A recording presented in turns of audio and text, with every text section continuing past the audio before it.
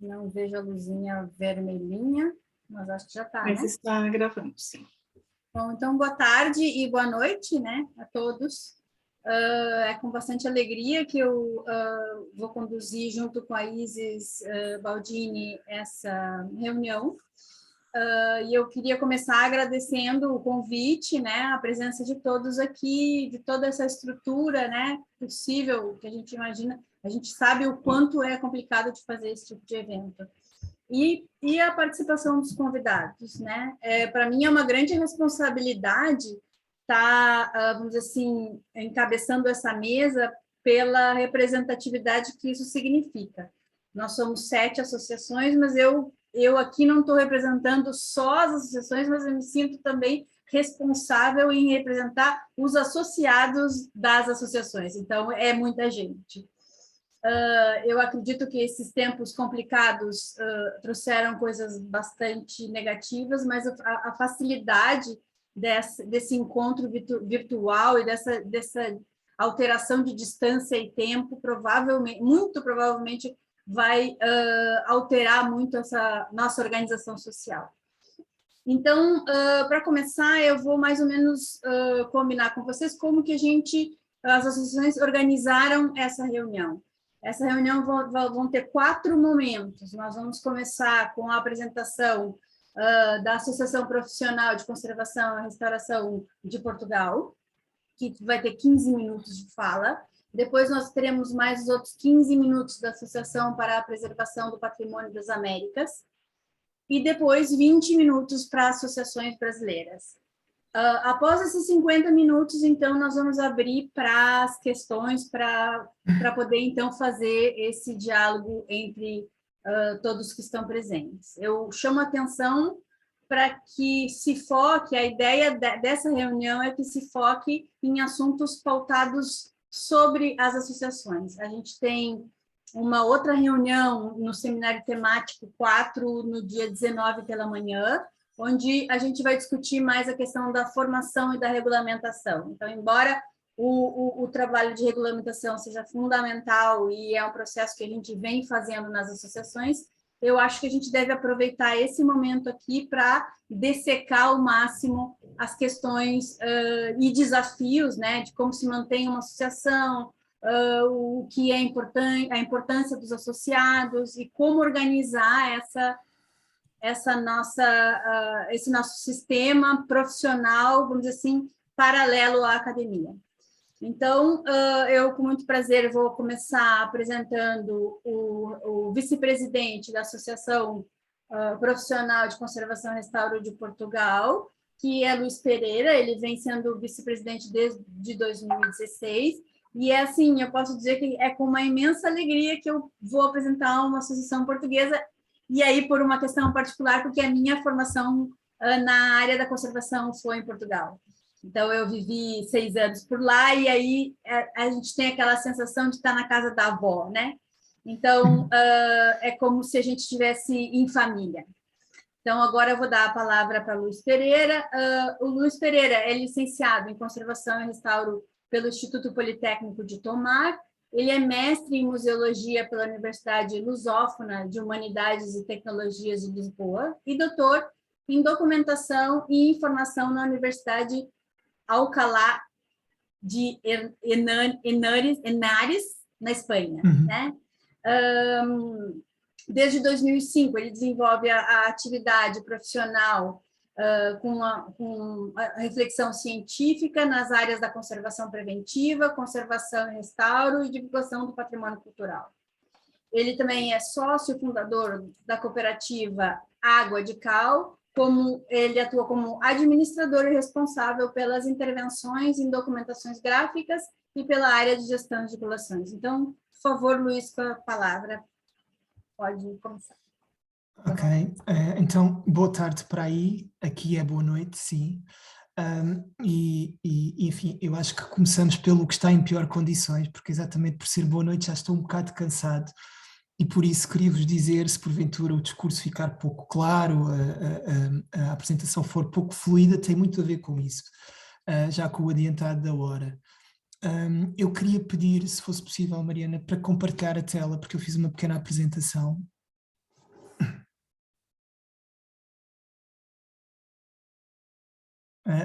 Mariana, está sem som.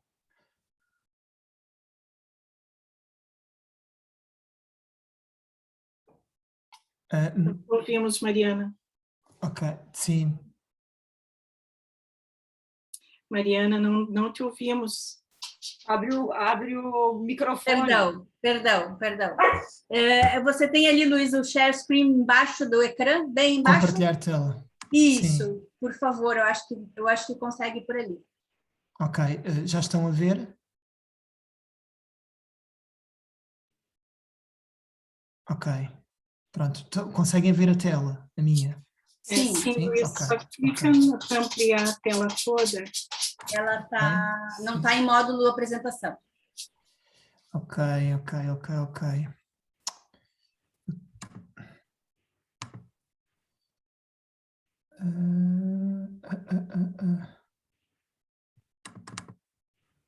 Não consigo, porque eu tenho aqui a parte do...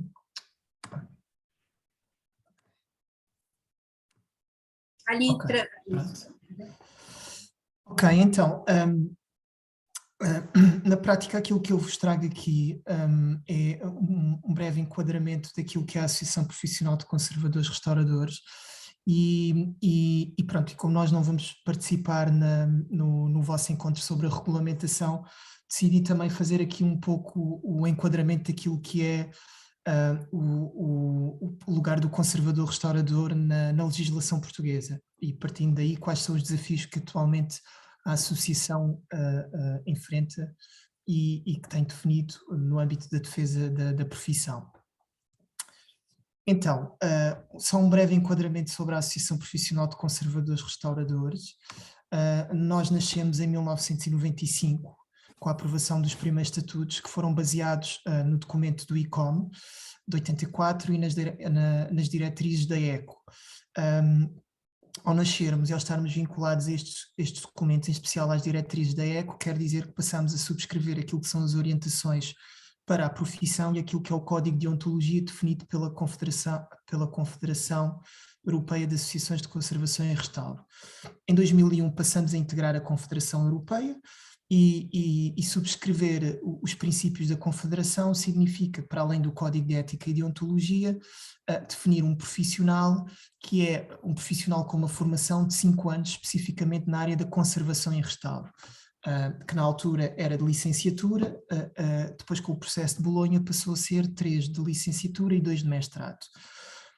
Em 2002 passámos a eleger um delegado que representa a associação profissional no seio da ECO, inclusive atualmente a atual presidente da ECO faz parte da ARP, que é a Elis Marçal, que creio que se não esteve já convosco irá estar nos próximos dias.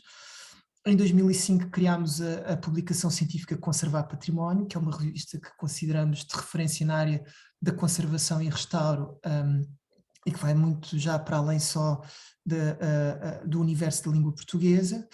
Em 2007 passámos a integrar um órgão consultivo do Estado português, que é a secção dos museus e da conservação e restauro. Portanto, é um órgão que tem um caráter consultivo, consultando várias entidades e organizações relacionadas com a parte dos museus, da conservação e restauro e do património.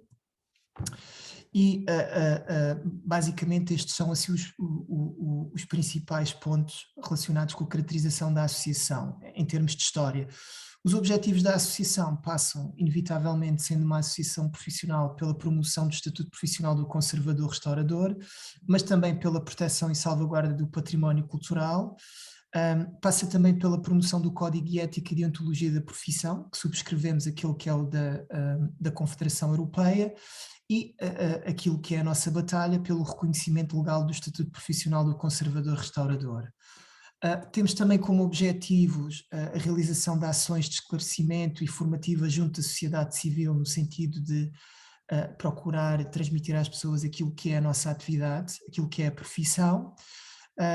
Outro objetivo é reportar às entidades competentes situações que ponham em causa a salvaguarda do património cultural. Isto é algo que emana da Lei de Bases do Património e da Convenção de Faros, que estabelece que as associações profissionais e as associações de salvaguarda ligadas à salvaguarda do património têm este dever de reporte junto das entidades competentes E temos também como objetivo a edição e publicação, onde aqui se destaca a revista que referi anteriormente. Relativamente ao enquadramento legislativo do conservador restaurador em Portugal,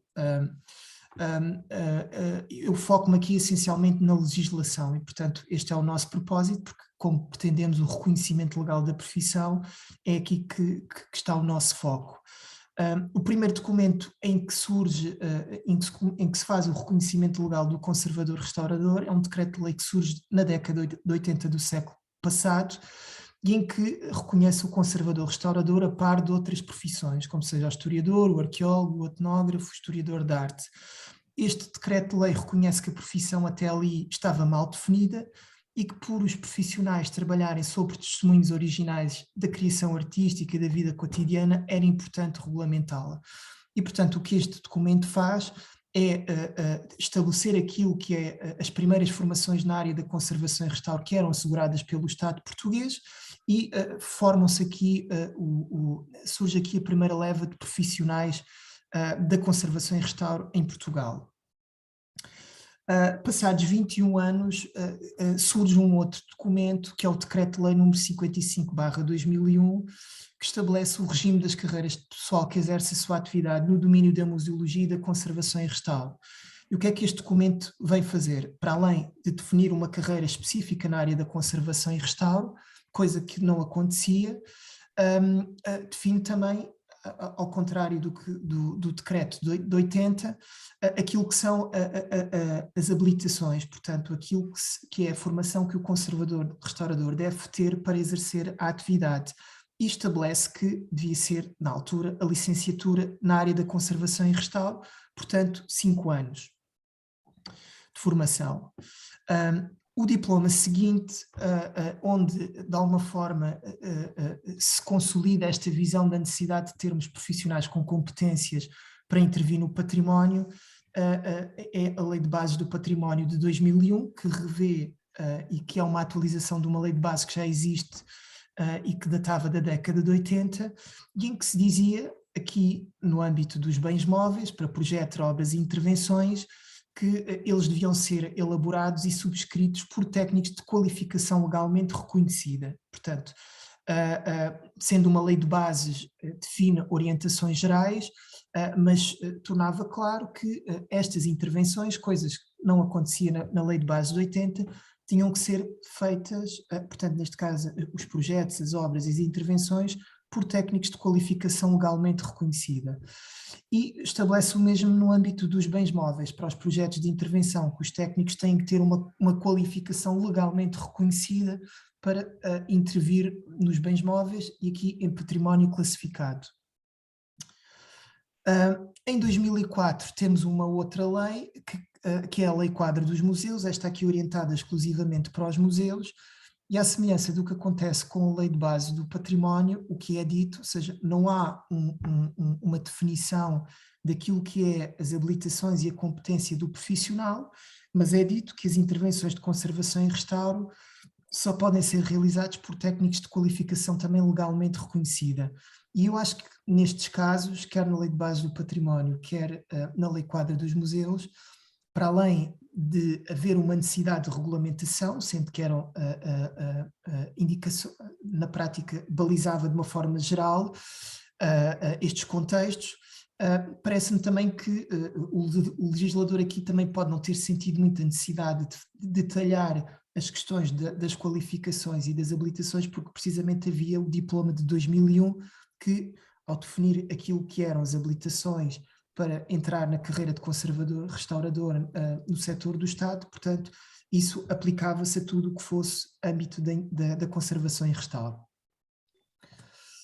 Só que o que aconteceu foi que em 2008 tivemos uma legislação que acabou por, na prática, significar uma reversão da posição do conservador-restaurador no nosso país e daquilo que é o seu reconhecimento legal. Porque esta lei de 2008, o que veio fazer foi revogar a lei de 2001, ou seja, a lei para os profissionais dos museus e da conservação e restauro, porque o que fez foi criar 3 carreiras no Estado, portanto, técnico superior, assistente técnico, assistente operacional, acabou com um conjunto de carreiras, entre as quais as de conservador-restaurador, e apenas um número muito reduzido de carreiras especiais foram contempladas, onde não se incluiu a conservação e restauro. E, portanto, o que aconteceu foi que a legislação de 2001 fica sem efeito, passa a prevalecer esta e, portanto, pensando naquilo que é o acesso ao Estado e ao desempenho da função de conservador-restaurador ligado a museus ou outras instituições, quando se lançam procedimentos concursais no nosso país, pede-se um técnico superior e o que acontece hoje em dia é que cabe a quem lança o procedimento definir quais são as competências desse técnico superior e quais são as habilitações que ele deve ter para exercer essa função. Em 2009 temos um diploma que veio regulamentar a Lei de Bases do Património e que é centrado especificamente nas intervenções em património classificado, e este diploma tem aspectos concretos relativamente à parte do relatório, à parte do acompanhamento e à parte da execução. No âmbito do relatório, ele estabelece claramente que quem faz o relatório prévio, portanto uma intervenção em património classificado em Portugal tem que ter um relatório prévio antes do início da intervenção, o profissional tem que ter uma formação superior de 5 anos em conservação e restauro e 5 anos de experiência. Isto para o relatório prévio. Para a direção e execução da intervenção de conservação e restauro, aplica o mesmo que se aplica ao relatório prévio. Portanto, tem que ter uma formação de 5 anos em conservação e restauro e uma experiência de 5 anos. Só que aqui o grande problema é ao nível da execução, e aqui na execução é omisso, porque diz apenas que os técnicos têm que ter a qualificação e as experiências adequadas para o efeito. Ou seja, onde é que isto nos coloca? E entramos já aqui nos desafios atuais e para concluir. Nós temos em Portugal, ao nível do relatório prévio, quando existem intervenções em património classificado, os profissionais têm que ter uma formação superior de 5 anos em conservação e restauro e 5 anos de experiência profissional. A direção de obra e intervenção, os profissionais têm que ter a mesma formação superior de 5 anos em conservação e restauro e 5 anos de experiência, só que ao nível da execução, uma vez que a lei de 2001 deixou de ter carreiras na área da conservação e restauro, de certa forma balizavam aquilo que era o Estado no que diz respeito às intervenções de conservação e restauro. E, portanto, tendo desaparecido esse decreto de lei, nós neste momento temos apenas que a execução tem que ser feita por técnicos com qualificação e experiência adequada para o efeito. O que é que isto faz? Faz com que exista uma grande discricionariedade no âmbito da execução, permitindo que quem lança procedimentos e quem é dono de obra ou detentor de património tenha a discricionariedade de definir o que é que entende por estas qualificações e experiências adequadas para o efeito. Neste âmbito, como desafios atuais da profissão, nós, a Associação Profissional, temos no topo a regulamentação de Lei de Base do Património, Lei de Quadro dos Museus, nomeadamente identificando o perfil do conservador-restaurador como o profissional que mais diretamente atua no património cultural, e nós recentemente tivemos avanços importantes, porque tivemos há alguns meses aprovado na Assembleia da República em Portugal por todos os partidos, da direita à esquerda, uma resolução que interpelava o governo de Portugal a definir quem é este profissional com competências para intervir em património cultural, portanto, qual é o profissional. Neste momento este processo está um pouco em stand-by porque Portugal vai ter eleições antecipadas e, portanto, estamos dependentes de perceber o que é que o próximo governo vai fazer, mas acreditamos que, uma vez que existiu este consenso por todos os partidos e foi aprovado por unanimidade esta necessidade de definir qual é o perfil do profissional para intervir em património classificado, acreditamos que esse reconhecimento legal e essa definição há de acontecer. Decorrente daqui, acreditamos também honestamente, e que é o processo natural, é que vai existir uma acreditação dos cursos de conservação e restauro, ou seja, se reconhecer quais são aqueles cursos, mediante aquilo que forem as competências definidas para o profissional, quais são os cursos que permitem a obtenção do título. Um dos desafios da associação também é a criação de um regime de exceção no Código de Contratação Pública para a parte de intervenção no património cultural e que meta conservação e restauro. Porque se a nossa lei de bases do património define que quando intervimos em património, intervimos em bens públicos, portanto, bens da comunidade, se ao nível das classificações existe património que se reconhece que tem valor de civilização ou valor nacional, não é de todo razoável que ao nível da contratação tratemos a conservação e restauro ao mesmo nível do que outras empreitadas ou outras especialidades que não tenham este reconhecimento e este peso. E por último, um dos desafios da profissão, que é também da associação, é de facto conseguir um maior envolvimento associativo por parte dos profissionais e mobilização em torno dos desafios da profissão. Portugal a par da Espanha, é o país da Europa com mais baixa taxa de participação associativa e, portanto, esse é um dos problemas que nós temos. Uma das dificuldades que nós temos é conseguir mobilizar os profissionais, atrair profissionais para o seio da associação e, desta forma, dar mais força à associação e à profissão. E pronto, e é isto. Não sei, Mariana, se cumpriu o meu tempo, se fui além dele, mas... Não, eu acho que a sua apresentação foi muito importante e ela é muito pertinente para o momento em que a gente está passando agora. Então, eu agradeço imenso e, lógico, depois a gente vai fazer a questão das perguntas. Eu vou agora passar, então, para a Beatriz Aspo, que ela é a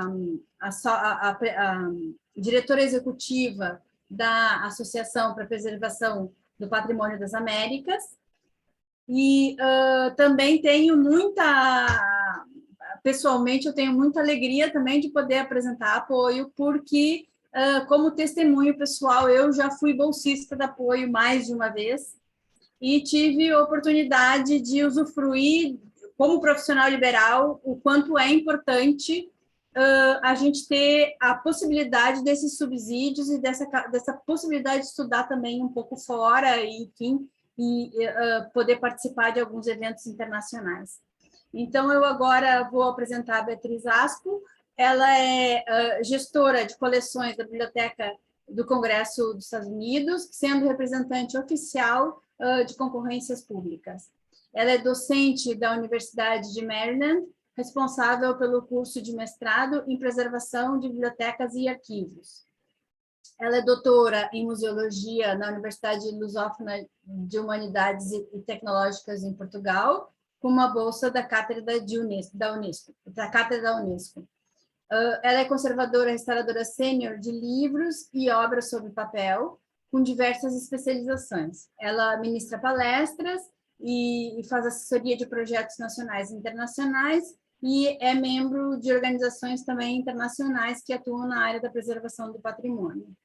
Então, atua atualmente como diretora executiva voluntária da Apoio Online, que é a Associação para a Preservação do Patrimônio das Américas, sendo fellow do Instituto Internacional para a Conservação de Obras Históricas e Artísticas, em reconhecimento à sua contribuição e realização profissional. Então, Beatriz, por favor, com a palavra. Obrigada, Mariana. Obrigada a todos pela oportunidade de estar aqui. Eu vou compartilhar a minha tela, esperando que vocês possam ver, e aí vocês me dizem se já pode ver.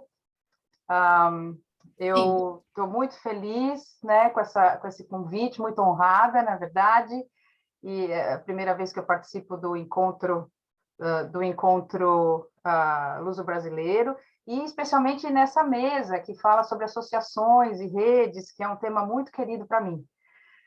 Como a Mariana disse, eu sou restauradora e gestora das coleções da Biblioteca do Congresso, mas hoje eu vou me dirigir a vocês na minha função de voluntária e diretora executiva da Apoio Online. Mariana, só me confirma se o slide virou ou não. Virou. Ok. E já que o nosso assunto é a importância de redes de apoio, eu gostaria de falar dessa associação, que é uma organização de base, sem fins lucrativos, localizada nos Estados Unidos, e que vem construindo pontes de comunicação e proporcionando capacitação no campo da preservação patrimonial nas Américas há quase 33 anos. A nossa visão é conectar, empoderar e transformar. Quando nós começamos, o nosso objetivo era construir pontes multilingües de comunicação no continente, para que todos os profissionais dedicados à preservação pudessem se conectar e receber treinamento e informações técnicas atualizadas em espanhol e português. Hoje, mais de 30 anos depois, nós temos mais de 6.000 profissionais que estão conectados na América Latina através da nossa rede e mais de 1.100 profissionais e bolsistas que receberam treinamento profissional de 31 países. Os nossos programas incluem capacitação profissional, acesso à informação através das traduções, o fortalecimento das conexões através das conferências regionais e iniciativas especiais. Mas, mais do que tudo, a Apoio Online é uma rede que constrói conexões e proporciona conexões para toda a região, e com um grupo de voluntários há mais de 3 décadas. O slide agora mostra um pouquinho da nossa história. Eu não vou me deter muito nisso, mas eu só quero dizer que essa história começou em 89, porque a gente tinha uma falta de informação técnica na América Latina em português e espanhol. E eu vou dizer para vocês que isso ainda continua, porque ainda tem muito, muito, muito a ser feito ainda no nosso século XXI. Em 2009, nós nos registramos como entidade sem fins lucrativos nos Estados Unidos, o que nos ajudou, então, a arrecadar fundos e aumentar o nosso plano de treinamento e as nossas bolsas de capacitação. Mais recentemente, em 2020, nós recebemos uma subvenção da Fundação Mellon, que possibilitou expandir a nossa capacidade da instituição e os nossos programas. E foi um reconhecimento imenso pelo trabalho nosso feito até agora. A nossa equipe principal tem 25 pessoas de 10 países. Outras coisas, aqui uns exemplos do que temos feito ao longo dos anos, só alguns exemplos em termos de boletins, de traduções, que ajudam a ampliar acesso à informação. E traduções, por exemplo, em gestão de risco, preparo de emergência, conservação preventiva, entre outros. Em tempos de Covid, obviamente, nós continuamos levando as informações importantes aos nossos colegas, como, por exemplo, fizemos a tradução do vídeo do National Park Services, com dublagem em português e espanhol, do projeto REARM, também, que é a reabertura de arquivos, bibliotecas e museus, e colocamos todas essas informações no nosso site, e os resultados, por exemplo, dos testes feitos e quanto tempo o vírus permanecia em cada um dos materiais. Isso foi muito, muito útil e a gente recebeu um feedback bastante positivo. Então, a gente se sente bastante honrada com essas parcerias, com o NCPTT, com a IMLS, com a OCLC, porque nós estamos ampliando o impacto das pesquisas que estão sendo feitas, dos trabalhos que estão sendo feitos, e levando para os profissionais de língua portuguesa e espanhola.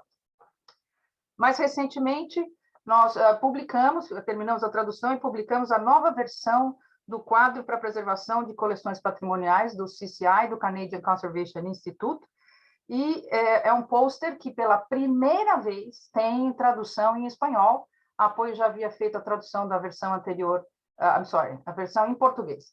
A Apoio tinha feito a tradução em espanhol anteriormente, mas dessa vez é a primeira vez que ela está em português. É um pôster que de um lado é espanhol e do outro é português, e que está disponível na nossa página para compra. Em questão de treinamento profissional, nós temos uma série aqui, só um resumo, do que temos feito ao longo dos anos, e, obviamente, com os vários temas listados aqui, mais recentemente, com a nossa série que é chamada Masterclass, as aulas maestras, que vai continuar em 2022. Com isso, vocês podem reconhecer aqui, tá, a Mariana também, e outros que estão nessa reunião, que já foram os nossos bolsistas, que já tiveram nos nossos treinamentos. Nós estamos fortalecendo essa rede de profissionais e que muitos deles, como eu disse, estão aqui, né, nesse evento. E elas são feitas, essas capacitações são feitas através de colaborações, muitas delas de mais de 20 anos. Então, aqui está uma pequena lista do que nós temos feito e ampliando desde 2015 para poder ter mais recursos e possibilidades de fazer os treinamentos e eventos importantes. E como um resultado concreto dessas parcerias, o nosso número de bolsistas cresceu em 300% desde 2015, quando nós começamos a intensificar essas colaborações. Um exemplo aqui da nossa 4ª conferência, que terminou ontem à noite, é a lista de pelo menos 38 patrocinadores e colaboradores que possibilitaram a reunião. Umas colaborações mais recentes também para essa reunião que nós fizemos foi com o ICON da República Dominicana, Haiti, Costa Rica e Venezuela. E falando em conferências, aqui estão as nossas conferências desde a primeira, que foi feita em 2016 em Medellín, a segunda em 2018 na Guatemala, e a do Rio de Janeiro em 2019, que foi também a conferência de 30º aniversário. Nós percebemos, antes de começar essas conferências regionais, que era necessário levar para a América Latina, não só trazer os profissionais para os Estados Unidos, para treinamento, mas levar treinamento para a América Latina. E com isso nós fizemos essas 3 conferências, e a quarta, como eu disse, terminou ontem. Durante as conferências há muito também treinamento profissional, como vocês podem ver aqui, o gerenciamento de risco e uma simulação de salvamento de coleções de museus feita no terraço do hotel com vista para vulcões ativos na Guatemala, né? Um cenário assim super perfeito para um exercício. E aqui um exemplo do Rio de Janeiro, quando nós levamos 6 especialistas profissionais de restauradores de fotografia para fazer uma oficina também com resgate de material fotográfico. Já nossa quarta conferência, que foi de dia 11 de novembro até ontem, dia 15, ela foi a primeira conferência que nós fizemos em formato virtual. E também foi a primeira vez que uma conferência regional na América Latina foi dedicada para estudantes, futuros estudantes e profissionais emergentes em patrimônio cultural. E, acima de tudo, foi uma oportunidade para compartilhar experiências, desafios e objetivos futuros. Nós tivemos ontem, por exemplo, um dia inteiro com 7 oficinas diferentes e 85 participantes. Os temas da conferência estão ligados aqui. Aqui alguns números para vocês verem, e eu vou simplesmente reforçar o número da participação maciça de estudantes. 62% das participantes são estudantes e profissionais emergentes, e a Apoio Online teve o maior orgulho de haver dado bolsa de inscrição para todos eles. Aqui os países representados da conferência, da quarta conferência, 31, que expandiu, inclusive, além da região das Américas, da Europa, chegando até o Oriente Médio, que foi absolutamente maravilhoso. Com palenistas, convidados especiais e apresentações orais e pôster, nós refletimos sobre temas muito importantes, como, por exemplo, a visão futura para o patrimônio cultural. Ficamos refletindo e reimaginando a preservação e a conservação preventiva com ênfase à sustentabilidade, e buscando um futuro inclusivo e acessível, pertencente a todos esses tópicos debatidos durante a nossa conferência. E tudo isso sendo possível através das conexões globais, e aqui alguns dos grupos representados na conferência.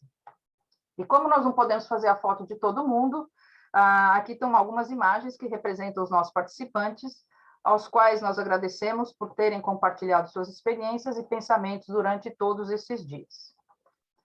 Apoio Online também tem iniciativas especiais de cunho comunitário e que se realiza na cidade que recebe a nossa conferência, e essa iniciativa é chamada Manos à la Obra, na qual os participantes têm a oportunidade de ajudar uma instituição local com atividades básicas de cuidado de coleção de forma voluntária.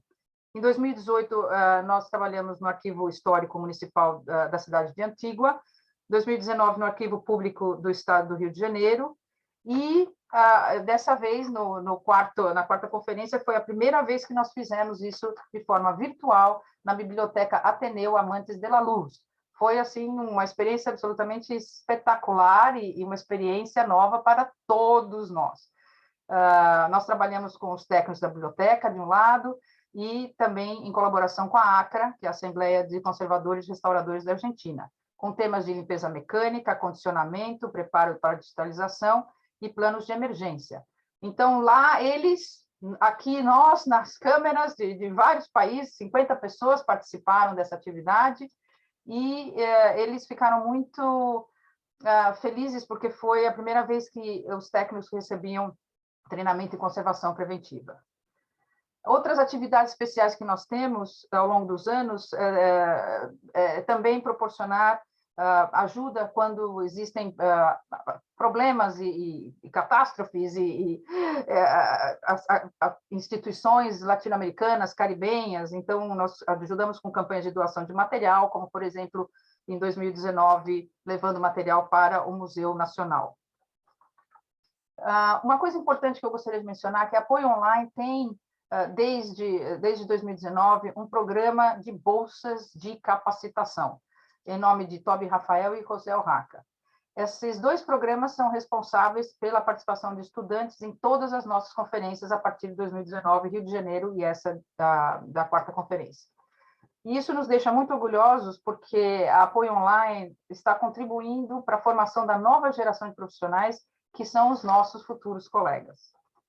E tudo isso através de muito network, formando redes de apoio, e das nossas reuniões se formam outras redes e outros projetos. Então, a Apoio se sente, e na verdade, como dizem vários, madrinha de muitas dessas redes que se formaram em conexões a partir das nossas atividades.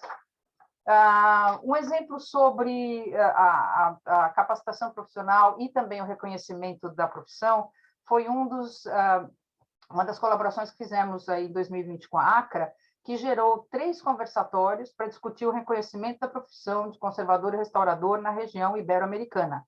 E nós tivemos aqui um debate entre 13 países. Foi uma discussão inicial, obviamente, mas muito produtiva, e que também gerou muitos frutos, porque houve reuniões subsequentes em cada país, tanto na Argentina, quanto no Brasil, quanto no Chile, e essas discussões estão todas no nosso canal YouTube, né?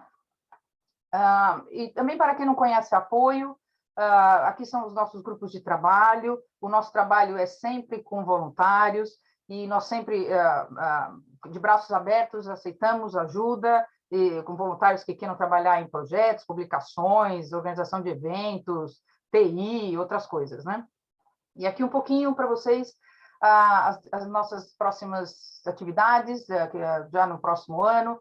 Nós começamos um projeto piloto de estágios esse ano que passou, agora ele vai ser implementado efetivamente a partir de 2022. A nossa série de classes maestras continuam.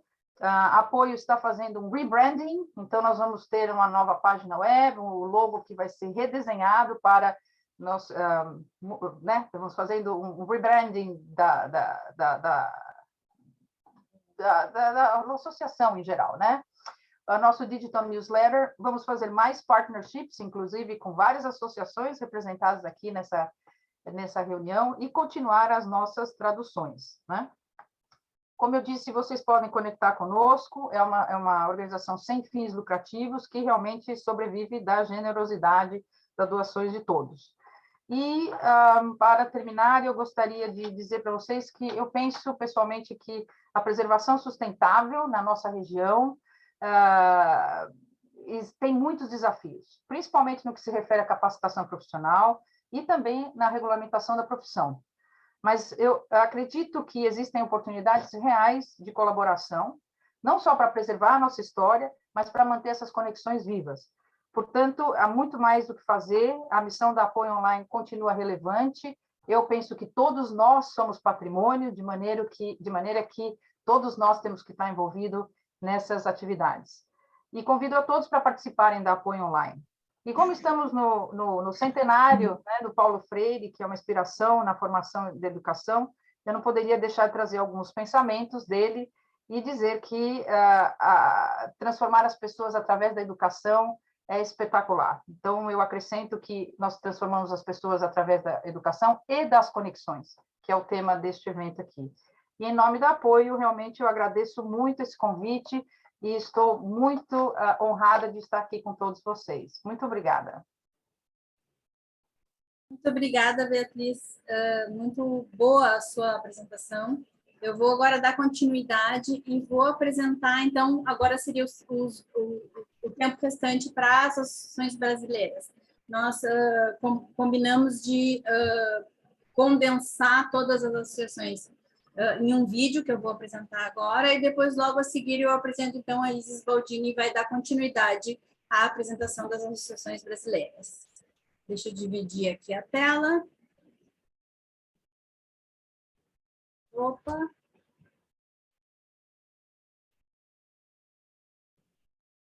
Preciso saber se vocês enxergam. Então,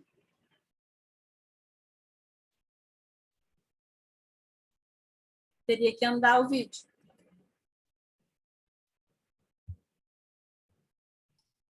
Agora sim.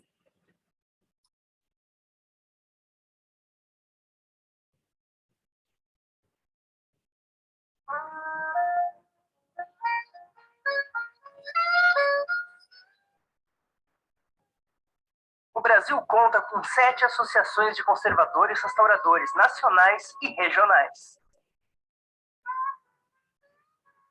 Elas têm trabalhado juntas pela valorização da profissão, regulamentação, respeitando o código de ética e estimulando o aperfeiçoamento técnico profissional do conservador restaurador.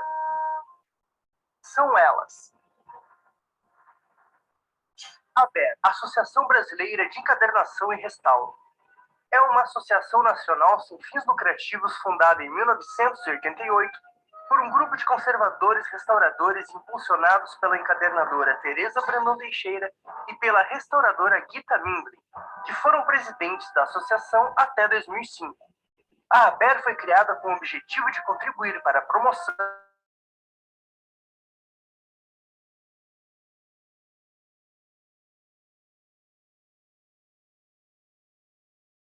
Travou para mim. agrega também os profissionais de obras de arte, suporte, papel, fotografias e aqueles ligados à área da preservação. A associação já promoveu desde a sua fundação mais de 500 cursos, palestras, seminários e workshops, com especialistas renomados do país e do exterior, totalizando mais de 30 mil horas de aula. Em 2015, a ABER colaborou e elaborou o Código de Ética do Conservador Restaurador, e desde 2008 participa das discussões relativas ao projeto de lei que prevê o reconhecimento da profissão. Siga-nos.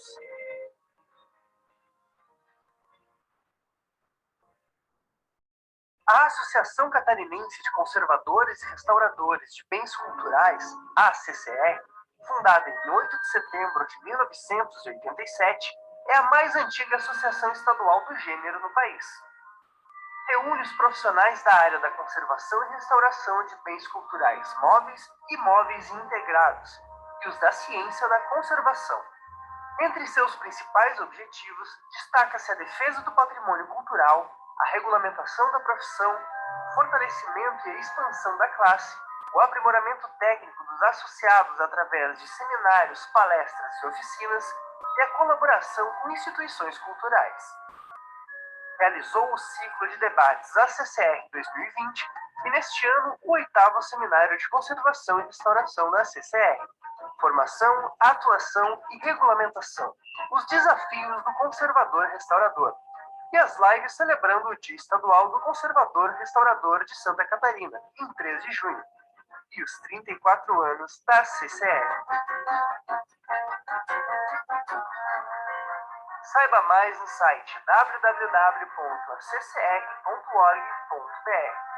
Siga o Facebook ACCR.RestauroSC e o canal no YouTube ACCR_SC.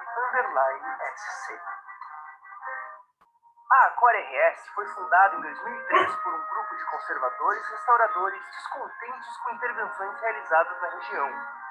Ao longo dos anos, estamos promovendo o reconhecimento e a fortificação da profissão por meio de diversas atividades, desde a realização de cursos de aperfeiçoamento e também através da coedição de literatura especializada. Congregamos um número crescente de sócios e estamos estabelecendo novas parcerias, as quais resultam em benefícios diretos para os nossos sócios. Dentre elas, a tradução do livro de Metodologia da Conservação de Applebaum, edição realizada em conjunto com a ACCR e a Arcoid, acordo de cooperação com diversas instituições. E para o próximo ano, nossos sócios deverão contar com os benefícios de membros institucionais do ICOM.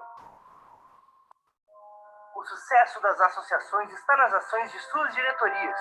Por isso, nosso reconhecimento a todas as gestões que trabalharam pela Acor RS. Associe-se. A Associação Mineira de Conservadores e Restauradores, ANCOR, foi fundada em 2015 para congregar, valorizar, dignificar e proteger como órgão de classe os conservadores restauradores de bens culturais móveis integrados do Estado de Minas Gerais, tendo por objetivo incentivar o mais elevado nível de prática e formação profissional, defender o respeito ao Código de Ética dos conservadores restauradores brasileiros, incentivar a comunicação, a reflexão, debates e a troca de informações, promover a valorização, o aperfeiçoamento e a difusão dos trabalhos de conservação e restauração de bens culturais móveis integrados, cooperar e manter intercâmbio com organizações nacionais e internacionais que visem o desenvolvimento da preservação e da conservação e restauração de bens culturais móveis integrados, debater em nível regional e nacional os problemas políticos e sociais que afetam a preservação e a conservação e restauração de bens culturais móveis integrados.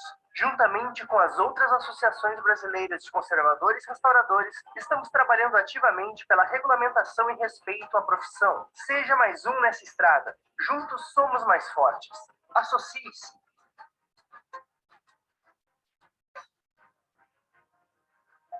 Janeiro de 1993. Realizou-se na Pinacoteca de São Paulo o primeiro encontro sobre conservação e restauro de bens culturais, idealizado pelo então diretor Emanuel Araújo, artista plástico que visava mostrar o lamentável estado do patrimônio cultural. O encontro reuniu muitos profissionais da área, que, sensibilizados, resolveram fundar uma associação. Após uma série de reuniões, elaborou-se o estatuto da mesma e constituiu-se uma chapa de diretoria e conselho eleitos em assembleia. No dia seguinte, 9 de maio de 1994, com 55 presentes e o diretor da Pinacoteca, foi fundada a APCR, Associação Paulista de Conservadores e Restauradores de Bens Culturais. A Arco-IT, Associação de Restauradores e Conservadores de Bens Culturais do Paraná, é uma organização interdisciplinar de profissionais ligados à preservação, conservação e restauração de bens culturais. Neste ano, a Arco-IT completa 18 anos, e sua fundação está vinculada ao Corso de Restauro Arquitetônico e Escultório. Em 2013, o governo italiano financiou essa iniciativa que teve o objetivo de trazer conhecimentos teóricos e competências operacionais necessárias à atuação profissional. O resultado foi a obra de restauro do painel Ergo Stenzel e Humberto Cozzo na Praça 19 de Dezembro, em Curitiba. Visando manter o intercâmbio nacional e internacional e o aprimoramento técnico-científico, a associação promove anualmente cursos, simpósios e oficinas, e vem participando das discussões sobre o reconhecimento e a regulamentação da profissão.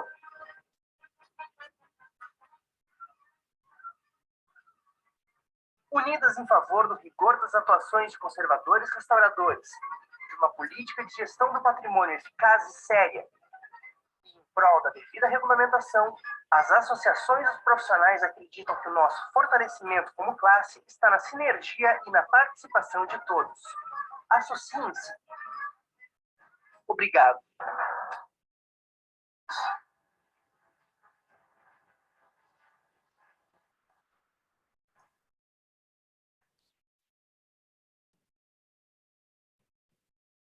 Bom, agora finalizando a parte das associações, eu vou chamar a conservadora restauradora Isis Baldini, que vai fazer, então, uma apresentação sobre um pouco do trabalho que a gente vem fazendo como grupo. Então, a conservadora Isis Baldini é conservadora restauradora de obras em suporte de papel, com pós-doutorado pelo programa interdisciplinar do MAC USP, doutora e mestre pela Escola de Comunicação e Arte da Universidade de São Paulo, especialista em gestão e políticas culturais pela Fundação Universidade de Girona, na Espanha, e em parceria com Itaú Cultural, e especialista também em tecnologia do papel pela Faculdade Oswaldo Cruz. Atualmente, ela é presidente da ABR, da Associação Brasileira de Encadernação e Restauro, vice-presidente do Fórum Permanente, coordenadora do Grupo de Estudos em Conservação de Arte Contemporânea e coordenadora do Ateliê de Restauro CPP-CR. Por favor, Isis, com a palavra.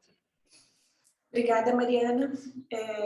Boa tarde a todos. Boa tarde, Mariana. Boa tarde, Beatriz. Boa tarde, Luiz. Eu vou compartilhar a tela agora, gente.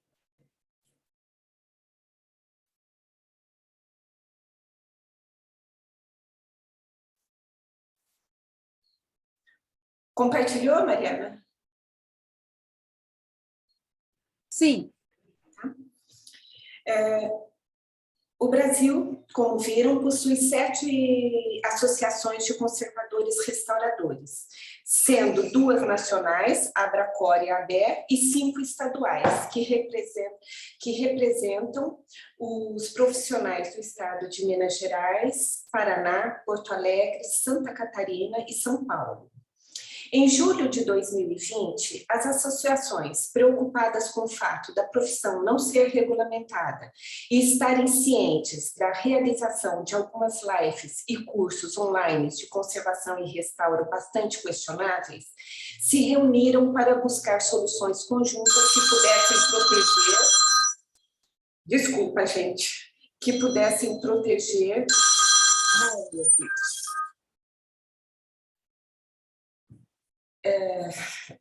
Perdi o rumo aqui, que pudessem proteger o patrimônio, a área e o conservador restaurador. Pensamos inicialmente em modificar nossos estatutos, nos moldes de alguns estatutos internacionais, e inserir o conservador restaurador profissional, que só receberia essa denominação após revisão curricular de seus pares. Foi então que surgiu a sugestão de verificarmos como estava a tramitação do projeto de lei 1183 de 2019, da deputada Fernanda Mestione, do PSOL, do Rio Grande do Sul, que dispõe sobre a regulamentação do exercício das profissões de conservador restaurador de bens culturais e de técnico em conservação e restauração de bens culturais. Para tanto, fizemos uma reunião no dia 24 de fevereiro desse ano, com algumas pessoas que estavam mais familiarizadas, tanto com o projeto como com os trâmites dentro do Congresso. Essa reunião motivou o trabalho de análise do PL 1183, por parte das associações. Estamos, desde então, fazendo uma revisão que buscou corrigir inconsistências legais e de terminologia. Foi um trabalho longo que contabilizou até o momento 23 reuniões, algumas bem tensas. No início de setembro, terminamos a revisão parcial do projeto de lei. Digo parcial porque a revisão só será considerada final após validação dos nossos pares. O resultado foi compartilhado com o público expandido, não aberto ainda, para que pudéssemos ter uma avaliação do nosso trabalho. O PL revisado foi apresentado no dia 23 de setembro em um encontro denominado Primeiro Fórum sobre a Regulamentação da Profissão de Conservador Restaurador, em que foram convidados os conservadores restauradores que estavam nessa luta da regulamentação da profissão desde 2007 e representantes dos cursos técnicos e de graduação. Algumas alterações geraram discussões e mobilizou os profissionais.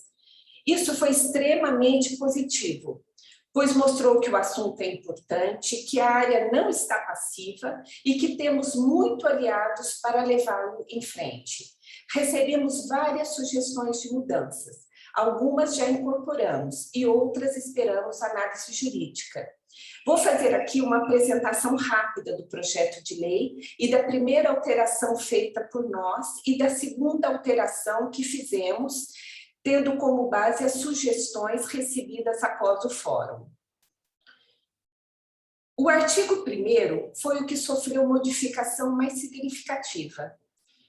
Nós acrescentamos os bens integrados, mas enfatizamos que a resolução dos problemas relacionados ao espaço construído, no qual o bem integrado encontra-se vinculado, não é competência do conservador restaurador.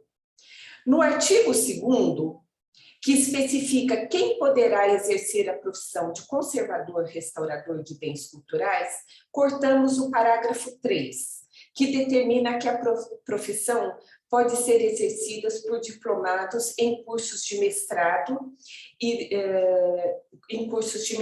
doutorado, cuja área de concentração seja conservação e restauração. Por entendermos que essa é uma atividade fundamentalmente teórico-prática e que a existência de cursos de graduação atualmente se tornou esse parágrafo totalmente insólito. Ainda, segundo no artigo 2º, parágrafo 4, diminuímos a exigência de 5 para 4 anos de experiência para aqueles que tenham nível superior, mas não cursos de graduação em conservação e restauro. Entendemos que as exigências não pode ser maior que a carga horária de um curso de graduação.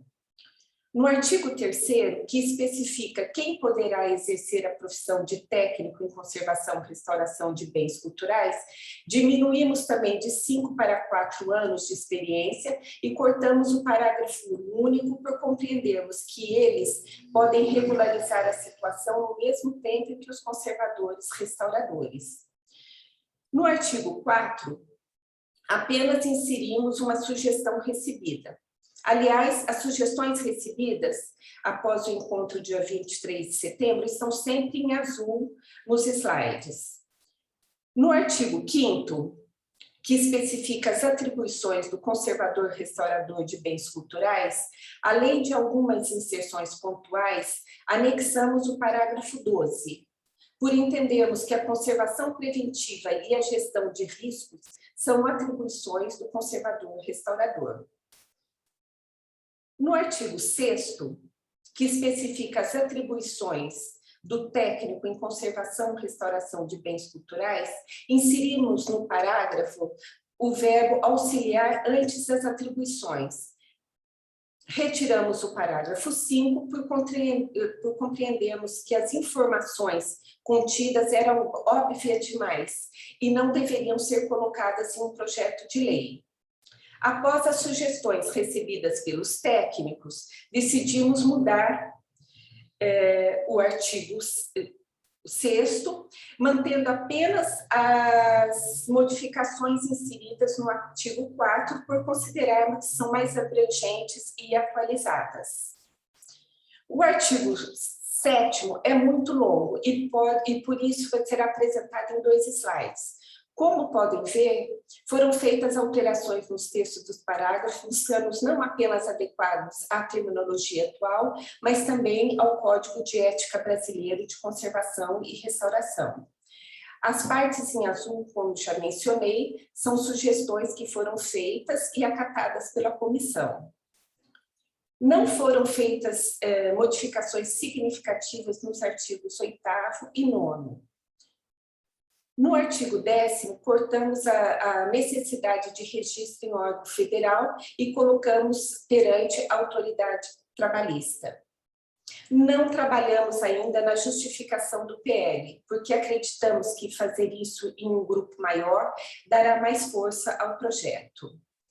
Como podem observar, o texto do projeto de lei 1183 de 2019 é enxuto, mas o conteúdo é o mesmo daquele apresentado em 2007, no 12º Congresso da Abracor em Fortaleza, e depois retificado em 2009, no 13º Congresso da Abracor em Porto Alegre.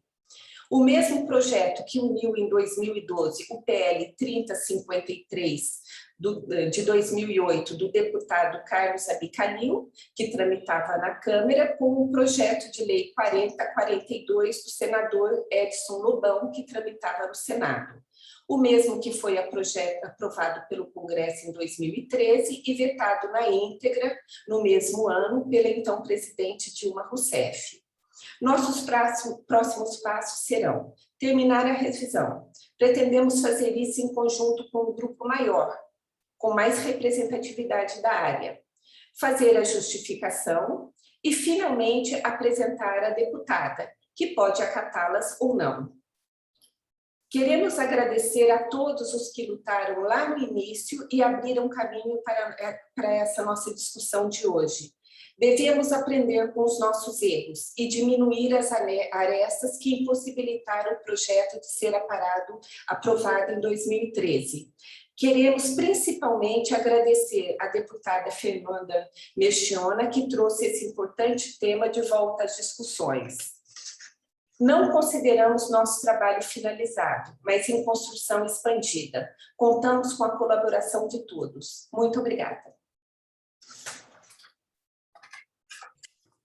Obrigada, Isis. Eu não sei se eu consigo, eu preciso que tu compartilhe. Então, muito obrigada, Isis. A gente Desculpe o telefone tocar, gente. Ah, imagina. Coisas da virtualidade. Percalços virtuais. Então, eu tenho aqui 5h35 e a gente poderia, então, abrir para as discussões que acharem necessário. Eu posso ver pelo chat ou talvez eu acredito que as pessoas possam levantar as mãos caso tenham alguma observação, alguma pergunta que queiram fazer. Deixa eu ver se a Silvana dá para levantar a mão. Vocês enxergam? Vocês têm essa possibilidade? Não. Tem ali em reações. Ali, tá bem. E ali tem a opção, tem os emoticons e também tem o levantar a mão. Então, tá. Então, por favor, fiquem à vontade de fazer as observações que quiserem, as perguntas. Eu acho que esse é um bom momento para a gente trocar as informações, mesmo com as associações que são de fora. Por favor, Beatriz. Eu queria agradecer a apresentação, porque é tão bom saber que todas as associações estão aí fazendo esse conjunto de esforço espetacular. Queria compartilhar com vocês a experiência que nós tivemos com a Argentina, que acabou de ter o projeto deles aprovado, e foi na verdade, foi em tempo recorde, né? Para dizer para vocês, por exemplo, que a Apoio Online, nós enviamos uma carta oficial de apoio na proposta para o Congresso argentino, de maneira que me coloco aqui à disposição para continuar apoiando isso para o Brasil, obviamente, com todo o meu coração, mas também na prática com uma carta oficial de uma associação regional do peso do apoio para colaborar com o projeto no que for necessário. Tá bom? Obrigada, Beatriz. Isso é de fundamental importância. A gente está justamente tentando agrupar cartas de apoio que vão certamente enriquecer no processo. Eu não sei se mais alguém gostaria de comentar alguma coisa, por favor.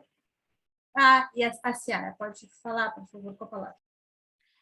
Nossa, parabéns pelo trabalho. Eu não tive a oportunidade de estar acompanhando esse grupo. Eu estou no GT3 com a Thaís e com a Juliane, discutindo a questão de ciência do patrimônio, como reconhecimento como campo científico nas agências de fomento no Brasil.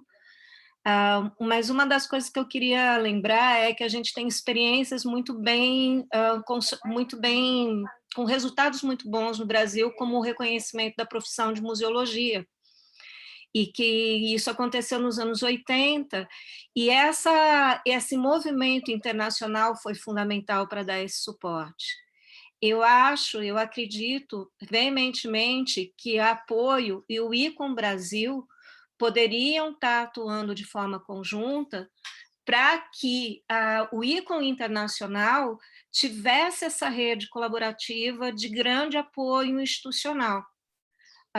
Eu e o Luiz, a gente tem participado de forma muito contundente no grupo de trabalho em sustentabilidade, feito pela Suey Aksoy, né, que foi uma pessoa extremamente importante pelas novas condições políticas do ICOM nos últimos anos, mas eu acho fundamental que a gente cobre do ICOM Brasil essa postura, e a postura do ICOM Internacional no apoio do reconhecimento internacional da profissão de conservador-restaurador.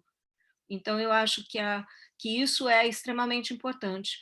Outra coisa, eu sinto muita falta, a Isis comentou, Isis, bom te ver, saudade de você, nós fomos colegas de USP, né, como restauradoras, né, eu do Maio, você do Mas, assim, eu acho que eu até tenho falado muito, a Abracor, ela teve um papel fundamental como aglutinante, e como uma entidade de discussões. É uma pena o que aconteceu com a Abracor, mas eu acho que as associações, foi mostrado o vídeo das associações regionais, e eu tenho uma experiência com a ANPAP, que é a Associação Nacional de Pesquisadores em Artes. Uma das coisas legais da ANPAP é que as seções regionais, elas dão suporte a uma entidade nacional.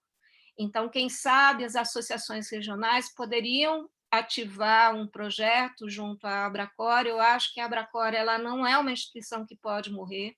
Eu acho que ela tem uma historicidade, ela tem uma história muito grande, e no momento de reconhecimento profissional, eu acho que Portugal demonstra isso muito claramente, dá a importância de uma associação nacional convergente que possa assumir isso. Mas acho que todo mundo aqui sabe a dificuldade da gente ficar pagando muitas associações, né? E há saídas para isso. Né? Há saídas como, por exemplo, os que pagam a associação regional não pagam a associação nacional. A associação nacional ela é alimentada pelas regionais. Eu acho que há soluções e a gente tem que procurar caminho, e aí eu quero parabenizar a Silvana e toda a equipe da UFPEL, toda a equipe organizadora do evento, que abriu essas discussões sobre formação, reconhecimento e ciência, e esse é o caminho, a gente está debatendo, mesmo que nossas opiniões nem sempre sejam convergentes, mas a gente debater é uma coisa muito importante. E eu queria só lembrar que em 2013, quando a gente realizou o primeiro evento no Brasil, a demanda que houve represada, porque a Abracor ela não estava ocupando esse espaço, que era um espaço tradicional dela, dos eventos. Então, há uma demanda de apresentação de trabalhos em eventos, e o Luso brasileiro tem cumprido muito esse papel de apresentação de trabalhos em eventos, na área de conservação e restauração, e há uma demanda represada, porque nós não temos, as regionais elas funcionam bem, mas uma associação nacional ela cumpre esse papel. Eu acho que a gente tem caminhos e projetos. Então, mais uma vez, parabenizar e ver que, assim, há caminhos apontados nas apresentações de agora. A gente precisa construir esse diálogo com o ICOM, quem sabe recuperar a Abracor, mas eu acho que a gente está num caminho muito bom, e parabéns pelo trabalho de vocês. Muito obrigada, Yaciara, pelas considerações, eu acho que são super pertinentes, e o que eu sinto é uma sinergia, justamente, quer dizer, por um lado ruim, que é toda essa problemática da Abracor, essa tentativa de reestruturação que passa por uma questão jurídica e burocrática muito complexa. Apesar de justamente por esse problema, as outras associações acabaram tendo que se unir para suprir uma falta de uma demanda nacional. E isso a gente já vem vindo, eu acho que isso é uma coisa que acontece já desde 2017. Eu acho super importante mencionar o evento da CCR, que juntou as 3 associações da região sul. Então, a partir daí, foi de 2017, 2018, foram se agregando as outras associações, e esse trabalho, e eu acho também importante falar que esse trabalho da comissão da regulamentação da profissão, ele é encabeçado, sim, pelas associações, mas ele pertence a um grupo maior, né? Então, justamente, cada vez que a gente vem fazendo uma reunião ou outra, a gente vai começando a perceber que a gente necessita de representatividade, uma representatividade nacional, uma representatividade de categorias diferentes, para que quanto mais unir, é óbvio, no fórum eu fiz questão de mencionar isso, porque é óbvio que a gente não vai conseguir satisfazer 100%, porque existem divergências de formação, e eu diria que ser bom já está ótimo, né? Então, enfim, eu acho que essa comissão vem crescendo justamente para se tornar um processo mais democrático, e é lógico que todo processo, quanto mais democrático mais trabalho dá, né? Então, eu agradeço muito a participação de vocês. A Andréia, a Andréia Santos gostaria de falar, eu vou passar a palavra para ela. Por favor, Andréia. Muito obrigada. E eu agradeço Mariana e equipe, né, que trabalhou tão arduamente. A gente sabe que não é fácil, né? Chegar a um consenso e trabalhar é um trabalho que implica ocupar muitas horas de descanso, né? Além das atividades que a gente tem e as que se propõe. Então, o fato de ser e de participar de uma associação de classe é pelo anseio de defender o que a gente estudou, o que a gente ama, o que a gente vem batalhando há anos, né? Até eu acho que seria, o primeiro passo de muitos, o reconhecimento da profissão. Eu queria até endossar o que eu tenho ouvido, que eu acho fantástico receber apoio, né, de instituições tão prestigiadas, né, e eu acho que também tanto associações de profissionais que têm os seus profissão regulamentada, ela também pode nos ajudar.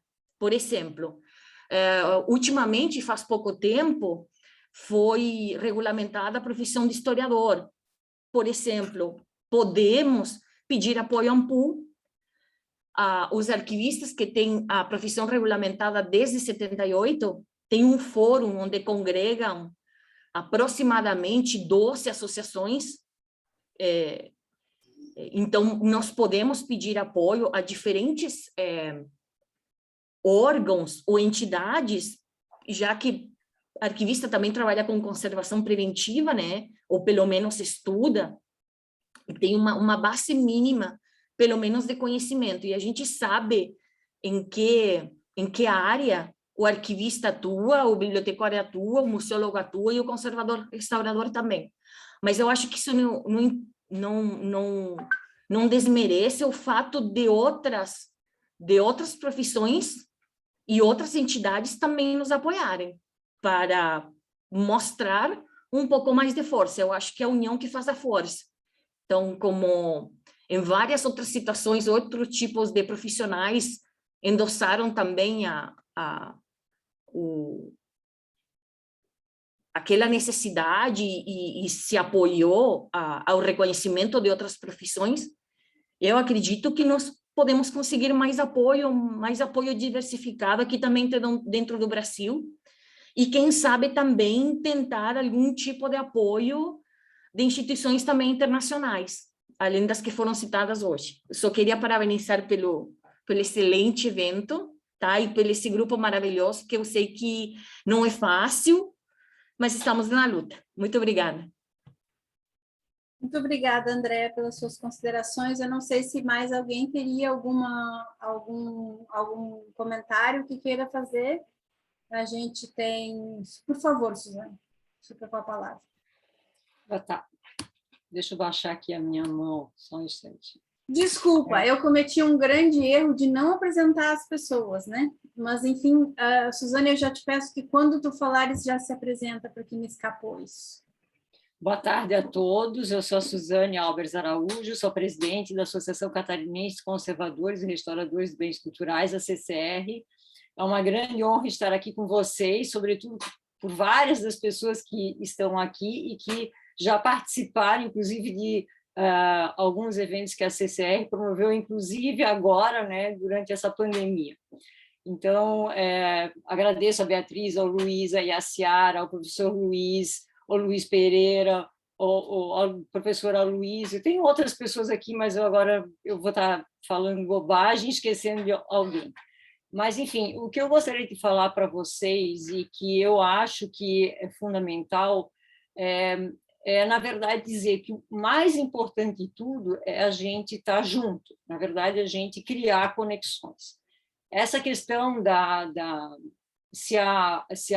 quem deveria estar à frente, a Abracor ou outra associação, como nós temos um problema hoje em dia, que não é um problema apenas de é um problema jurídico que a Abracor tem. Então, na verdade, assim, quando nós pensamos em nos juntar como associações, não foi no sentido de querer, digamos assim, nos posicionar no lugar da Abracor. Jamais. Na verdade, a nossa ideia sempre foi no sentido de, com a nossa pequena representatividade estadual, mais a da ABER, que no caso é nacional também, a gente conseguir uma união, a gente conseguir tentar ampliar os nossos espaços para fazer com que aquilo que a Abracor hoje em dia não consegue fazer, a gente conseguir fazer com que isso vá para frente. Porque a nossa ideia, na verdade, em termos de juntar as associações, de nós, como associações, estarmos juntas, é justamente no sentido de a gente conseguir fazer com que essa regulamentação da profissão ela seja uma realidade. A gente vê que o grande prejudicado por não existir essa regulamentação é o patrimônio cultural brasileiro. O patrimônio cultural brasileiro é o que mais está sofrendo as consequências dessa falta de regulamentação da profissão.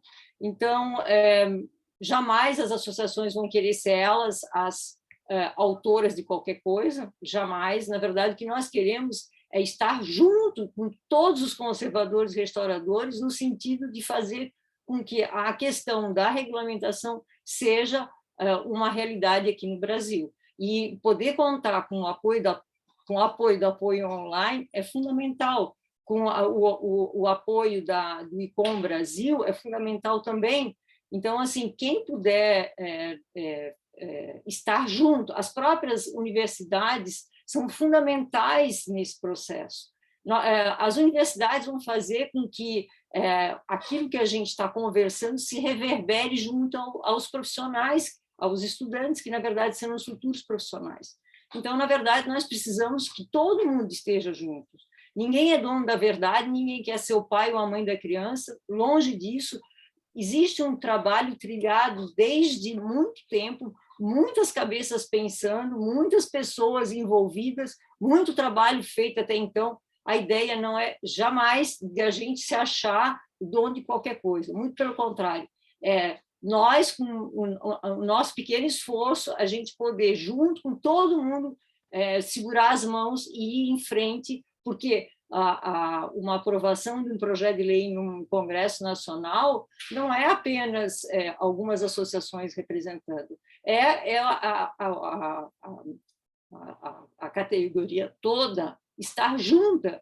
Não é só apenas as associações ou os associados, os presidentes ou os presidentes. Não é isso. Na verdade, tem que ser todo mundo junto e todo mundo tem que estar unido nessa luta. Então, eu, na verdade, só deixo meu recado aqui, nesse sentido da gente realmente se juntar. É uma questão da gente realmente trabalhar em rede. Eu acho que esse momento da pandemia nos trouxe uma coisa boa, que é essa possibilidade de a gente estar junto aqui, não importa se nós estamos em Lisboa, se nós estamos em Washington, ou se nós estamos aqui em Florianópolis, ou lá em Pelotas, ou no Rio de Janeiro, ou em Brasília, ou sei lá eu aonde. Nós todos podemos aqui juntos estarmos falando e debatendo uma coisa que é importantíssima para nós todos, e, sobretudo, para aqueles que vão nos suceder. Então, é só isso que eu queria deixar, essa pequena mensagem. Muito obrigada, é um prazer imenso ver vocês todos aqui. Obrigada, Suzane. Por favor, a gente tem assim mais uns 10 minutinhos. A Marilene, por favor, com a palavra. Te apresenta, porque eu esqueço, fica melhor para mim, por favor. Sem som, está sem som. Tem que ligar o som, sim. Marilene. Tá bom, tá ok. Gostaria de agradecer pela organização dessa mesa, agradecer aos colegas que falaram sobre o trabalho que a gente está em fase, na verdade, de conclusão da discussão e reflexão sobre o PL. Dizer que esse é um movimento muito intenso e de muito comprometimento de todos os profissionais que estão engajados nisso. Compartilho das falas das colegas também. E, na verdade, eu queria aproveitar o momento para uma curiosidade, tentar compartilhar alguma experiência com Portugal. Uma pergunta para o Luís Pereira. Luís está aí? Tá, sim. Sim, eu sim. queria, sim, eu tenho uma curiosidade sobre como os conservadores restauradores em Portugal convivem com essas áreas correlatas, como museologia, arquivologia, biblioteconomia. Não sei se em Portugal se fala biblioteconomia ou ciência da informação, mas como vocês convivem em termos de responsabilidades técnicas no cotidiano dos trabalhos e, assim, em termos de ocupar certos lugares nas instituições. Se essas funções são claras em termos de atribuições técnicas. Pois, depende um bocado das profissões. Eu acho que nós convivemos melhor, o conservador-restaurador, com profissões que, como a do conservador-restaurador em Portugal, são profissões novas, ou relativamente novas. Portanto, a profissão em Portugal tem 40 anos, isso é um facto inquestionável. Portanto, profissões que possam ter e que acabam por ter também, por serem mais recentes, a relação de convivência acaba por ser diferente, acaba por ser mais de iguais. Profissões com outro peso histórico, como sejam, por exemplo, os arquitetos, mesmo os próprios historiadores da arte, é uma relação que se vem construindo, porque o que acontecia no passado é que a área da conservação e restauro acabava, ou durante muito tempo foi ocupada por outras profissões, precisamente por não haver nem formação superior, portanto não haver sequer a figura do conservador-restaurador. E dentro dessas profissões que ocuparam, houve umas que ocuparam durante mais tempo do que outras. E, portanto, aquelas que durante muito tempo estiveram e que assumiram eles próprios competências do âmbito da conservação e restauro, como sejam os arquitetos ou mesmo os historiadores da arte, a convivência é mais difícil. E mesmo dentro da museologia, a convivência também não é uma realidade que possa ser, não posso dizer que seja completamente pacífica. Eu acho que dependerá muito dos profissionais, mas também me parece a mim, enfim, é a minha opinião, vale o que vale, posso estar errado, parece-me também dentro da museologia há uma relação entre os profissionais da museologia mais novos com a conservação e restauro, diferente dos profissionais da museologia mais velhos, portanto com mais anos na área, precisamente porque esses próprios profissionais mais antigos, eles próprios construíram a visão ou melhor, conviveram durante muito tempo com a ausência da figura do conservador-restaurador, e que dentro da área dos museus também muitas vezes os museólogos acabaram por desempenhar funções de conservação e restauro quando a conservação e restauro ainda não estava definida. Portanto, eu acho que muito da convivência é uma convivência que é decorrente daquilo que é o Estado e aquilo que é a profissão no país. Nós somos uma profissão nova e, como todas as profissões novas, nós temos que conquistar o nosso lugar. E, portanto, é um diálogo que não é fácil muitas das vezes e portanto, estamos a conquistar o nosso lugar. A verdade é essa. Por isso, respondendo à sua questão, Marilene, a convivência reconhece, hoje em dia já em muitos contextos sabe-se o que é um conservador-restaurador, em muitos contextos as pessoas têm claro que a conservação e restauro é uma atividade feita por um profissional com 5 anos de formação em conservação e restauro, mas ainda há muitas realidades onde isso não é claro e ainda esse caminho ainda está a ser feito. Então, vou só completar a minha pergunta com uma outra. Obrigada pela resposta. Mas eu gostaria de saber se o fato de ter uma regulamentação em nível de comunidade europeia, se isso colaborou de forma positiva para vocês em Portugal, porque comparativamente, por exemplo, na França, que é um contexto que eu conheço um pouco mais, do cotidiano dos conservadores e restauradores, os conservadores e restauradores não têm um lugar determinado dentro dos quadros funcionais dos museus, e por essa razão pouquíssimos museus na França têm conservadores e restauradores alocados, né? Diferente da Inglaterra ou de outros países como Holanda, etc. Então, como que é isso em Portugal, assim, essa relação com a comunidade europeia? Não, para nós há uma coisa que é boa, o facto de estarmos ligados à Confederação Europeia permite-nos fazer um caminho de reflexão crítica com outros países e, portanto, na partilha de experiências, nós conseguimos também daí retirar dividendos para nós. E a verdade é que há países dentro da Europa que sim, que têm posições mais avançadas do que nós no que diz respeito à regulamentação e ao reconhecimento legal. E, portanto, para nós é benéfico. Agora, nós temos, como diz relativamente à França, a nossa realidade não é muito diferente, ou seja, nós, de facto, em 2001 tínhamos uma lei que definia que havia uma carreira dentro dos museus e no seio do Estado de conservador-restaurador, e desde 2008 isso desapareceu. E, portanto, na realidade, eu reconheço que, precisamente pela consciência e pelo caminho que temos feito, por um lado, há instituições que reconhecem a pertinência do conservador-restaurador e, portanto, elas acabam por incorporar profissionais, mas isso está muito dependente da sensibilidade das pessoas que estão nessas instituições, porque precisamente por ter desaparecido a carreira de conservador-restaurador e de repente passamos a ter, no âmbito da função pública em Portugal, o técnico superior, depois a definição das competências é da responsabilidade de quem lança os procedimentos. E, portanto, se temos pessoas com sensibilidades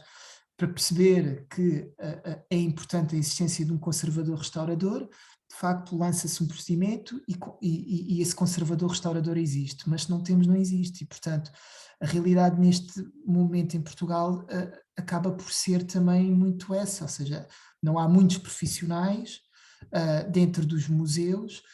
Depois também, por um conjunto de razões políticas, as próprias instituições onde já havia conservadores-restauradores, elas também foram perdendo conservadores-restauradores e não houve uma substituição e, portanto, nesse contexto, a nossa realidade também não é particularmente famosa no que diz respeito à existência de profissionais.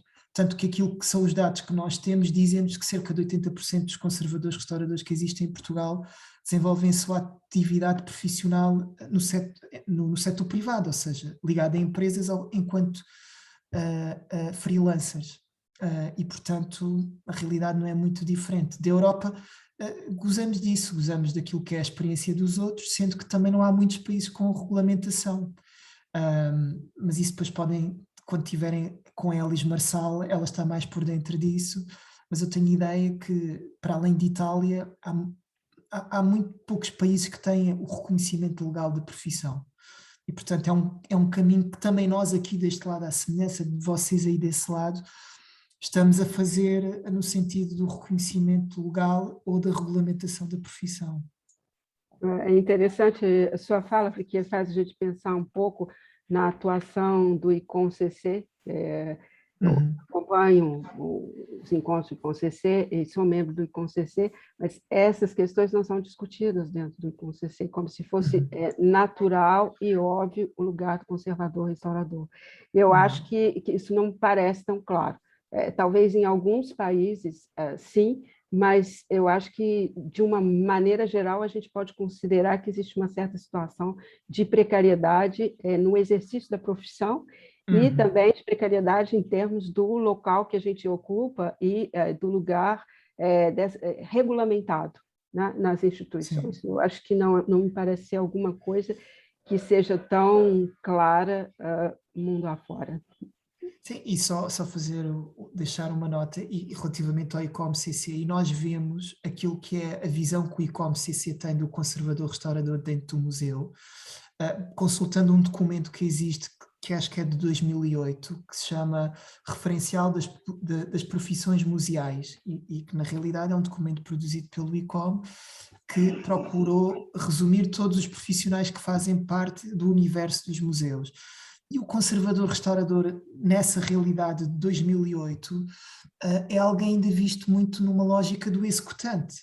Ou seja, alguém que, pelo menos é a leitura que eu faço, alguém com pouca autonomia científica, sempre muito na dependência do conservador de museus, ao ponto de, nesse documento, é quase uma leitura que podemos fazer, quase que é o conservador de museus que acaba por validar aquilo que são as escolhas de metodologia de intervenção por parte do próprio conservador restaurador.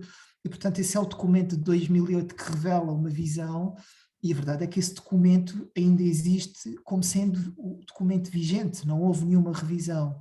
E nós aqui em Portugal até fizemos há 2 anos, na OSARP, um documento que procurava precisamente lançar a discussão do conservador restaurador no museu, propondo uma revisão daquilo que é o perfil que surge nesse documento do ICOM-CC, porque consideramos que é completamente desatualizado.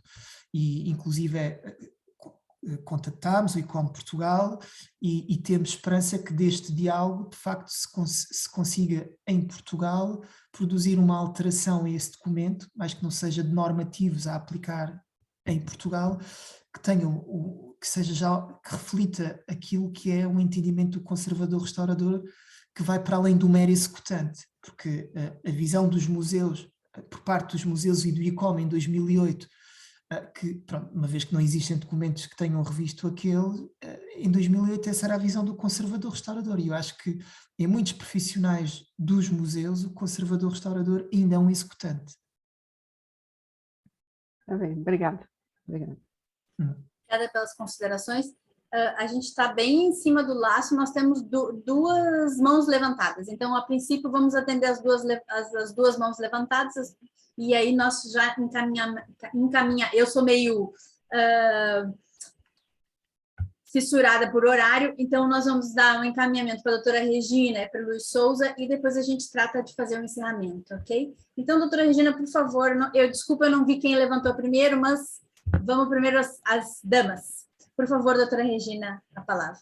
Ok, muito chique estar participando aqui nesse momento, né, desse momento histórico, afinal de contas, essa construção dos debates, da avaliação, gostei muito da fala do professor Luiz Pereira, da sensibilidade, dessa mostra de estar de acordo realmente com o anseio profissional, e é nesse momento que vale citar, nesse momento único, né, de construção da legislação, de sugestões, de reavaliação, de ver se realmente está atendendo todos os interesses, sendo um retrato fiel da necessidade, né, a qualidade que os profissionais demandam, porque aqui cabe destacar que, com a aprovação da legislação, da lei, do reconhecimento da profissão, que é através de uma regulamentação, de uma legislação, ela vai ingressar no ordenamento jurídico. Então, ela é um momento único, porque ela tem que ser muito bem feita, realmente atender a todos os interesses, estar adequada em todos os termos que abrange, e muito mais que isso, né, para as presentes e futuras gerações, e também chamando a essa responsabilidade, a esse enquadramento profissional que combina com a formação do profissional. Então, eu vi que tem uma pergunta da Juliana Bittencourt no chat, e aí vale a pena destacar e diferenciar justamente essas formações. Então, e aí é que vai dar o diferencial, como o Luiz apontou, é que vai dar esse diferencial de responsabilidade, né? Porque não é só simplesmente estar no ordenamento, ter a profissão reconhecida, é também a punição se fizer errado, dentro do grau da responsabilidade do conhecimento que possui e do registro que vai adquirir, né, oficial. Então, esse direcionamento da formação, ele tem que estar de acordo com a competência. Então, este momento de reflexão, e aí a legislação no Brasil já demorou tanto para ser aprovada, talvez tudo tenha uma razão de ser, né? Não se trata de mais rápido ou mais devagar, se trata de realmente atender a todos os anseios do profissional, dos profissionais, chamando a atenção que não são só direitos, e que sim envolvem deveres, e que são elencados em conformidade com a formação que ele tem, e que são atestados através de documentos, através das universidades e cursos de formação, reconhecidos pelo processo educacional, quando nós falamos da lei no Brasil, aqui no Brasil. Então, não é uma brincadeira, realmente, quando houve essa questão da leitura da lei, porque sequer as pessoas tinham lido a lei, aliás, sequer as pessoas tinham lido o projeto, tanto na fase anterior como agora, uma das coisas mais importantes é estudar a legislação, estudar o projeto, verificar se realmente atende, porque senão realmente seremos todos responsáveis, principalmente quem é da área, quem atua na área. É isso.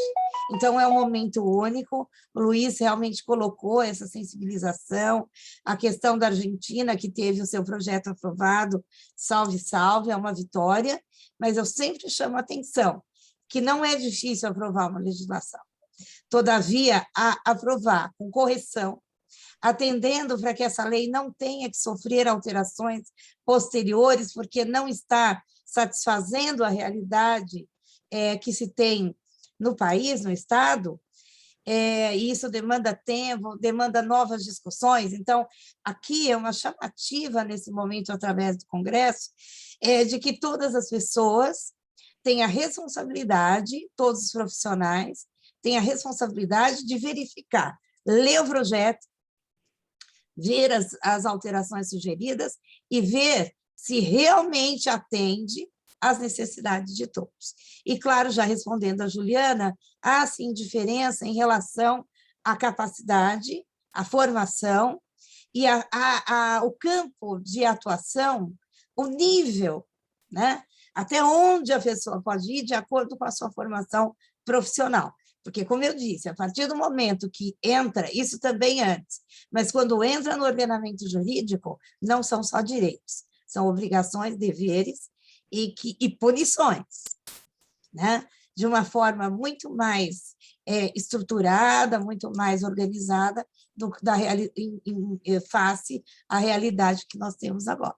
Okay? Eu sou a doutora Regina Célia Martinez, sou mestre e doutora em Direito desde o século passado, e a minha tese de doutorado foi em relação à defesa do patrimônio histórico e artístico nacional, e, infelizmente, daquela época para cá, realmente nós estamos constatando, né, os desafios profissionais que envolvem toda essa defesa do patrimônio histórico nacional e também, diretamente, na formação do profissional. Hoje eu estou presidente da Associação Paulista de Conservadores e Restauradores de Bens Culturais, mas integro a associação também desde o século passado. Então, eu convivo, eu sei muito bem as dificuldades, sei dos anseios, e muitas vezes as pessoas até estranham os momentos que eu dou uma parada, justa parada no sentido da atuação jurídica, que é justamente para dar essa construção, dar essa construção do profissional e da consciência dos profissionais face a esta sugestão, a esta apresentação que nós vamos fazer, que as associações, enfim, que as entidades de classe vão fazer, encaminhar para o Poder Legislativo, na pessoa da senhora deputada federal e de seu partido também, e visando o melhor, visando o bem. Então, não é uma brincadeira, e aí ela vai avaliar a viabilidade, se é essa construção que ela espera, ela tem toda uma assessoria jurídica também, e também o Congresso Nacional tem toda uma assessoria que analisa vírgula, vírgula, ponto a ponto, palavra por palavra, porque, às vezes, o termo que as pessoas querem utilizar não é mais adequado dentro desse ordenamento jurídico que o projeto de lei, uma vez aprovado, irá entrar.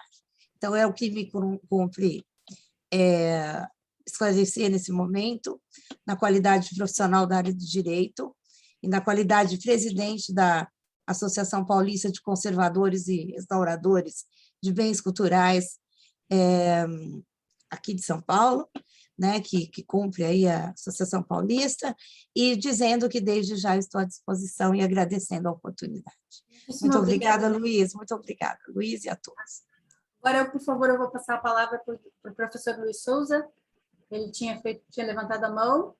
Sim. Por favor, sua vez. Bom, boa tarde a todos. Eu sou Luiz Souza, sou diretor do SECOR. Minha fala é rápida, mas como foi mencionado pela Iaciara, a questão do ICOM Brasil e depois pelo Luiz Pereira, eu queria deixar um depoimento que é o seguinte: durante 4 mandatos eu fui do board, da direção do ICOM-CC, do Comitê de Conservação.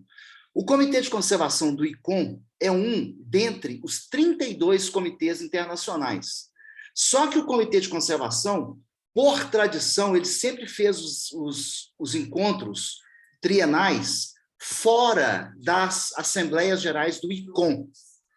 Isso aí causou o seguinte: eu só via o mundo a partir dos olhos enquanto membro do Comitê de Conservação, que sempre se gabou de ser o maior comitê internacional, que sempre fez as reuniões fora das Assembleias Gerais do ICOM. Então, eu via esse mundo sob essa perspectiva. Agora que a gente está trabalhando no comitê, no grupo de trabalho de sustentabilidade, que é do ICOM internacional, e agora que eu sou pela segunda vez membro do Conselho do ICOM Brasil, é que eu vejo quão desconectados que a gente está em relação ao ICOM. Qual é a medida que o ICOM, tanto o ICOM Brasil quanto o ICOM Internacional, representa a comunidade de conservadores? É uma questão a ser muito bem verificada.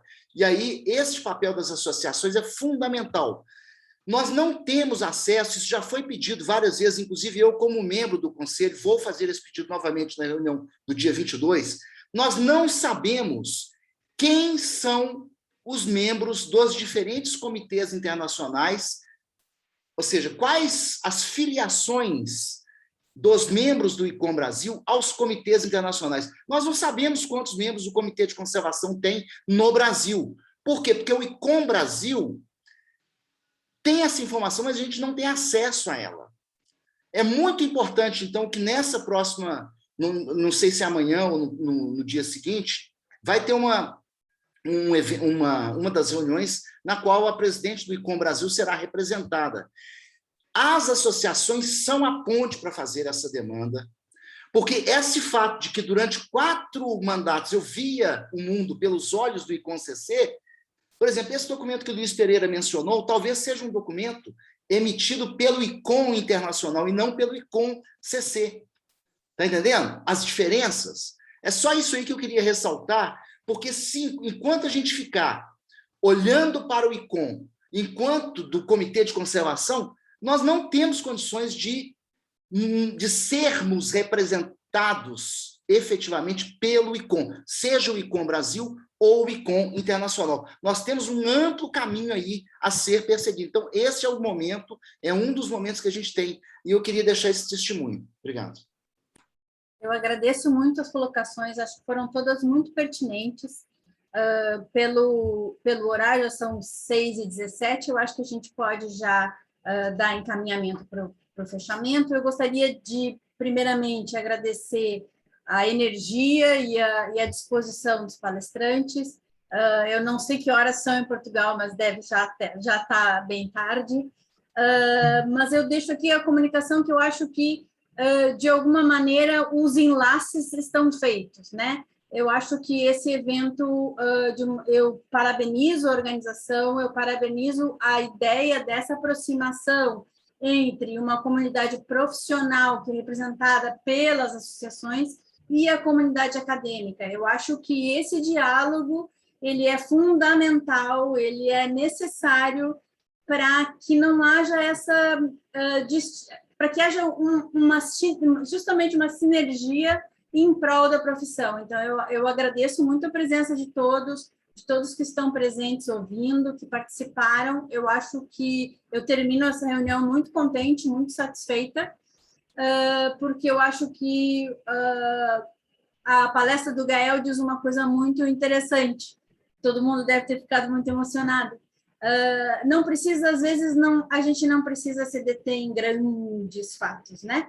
Se a gente conseguir pequenos fatos, devagarinho, né? Pequenas ações, é mais fácil de ter um resultado final do que ficar almejando, enfim, grandes façanhas, né?